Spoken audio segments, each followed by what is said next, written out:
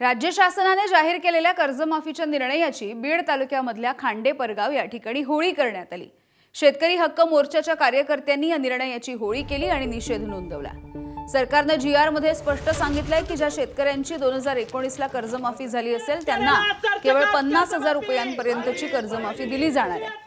मात्र नागपूरमध्ये झालेल्या आंदोलनामध्ये सरकारने शेतकऱ्यांचा सातबारा कोरा करू असं आश्वासन दिलं होतं।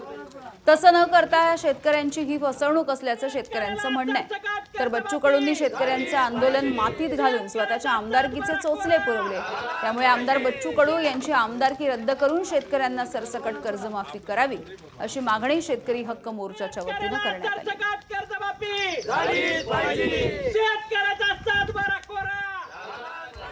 नागपूरच्या आंदोलनामध्ये शेतकऱ्याला कुठेतरी शेतकऱ्याचा सातबारा कोरा होईल अशी आशा असताना या सरकारने शेतकऱ्याच्या विरोधामध्ये फक्त 2 ते 4% शेतकऱ्याला याचा कुठेतरी लाभ होईल आणि 80-90% शेतकरी या कर्जमाफीपासून वंचित राहतील असा दुर्दैवी जीआर शासनाने काढलेला आहे।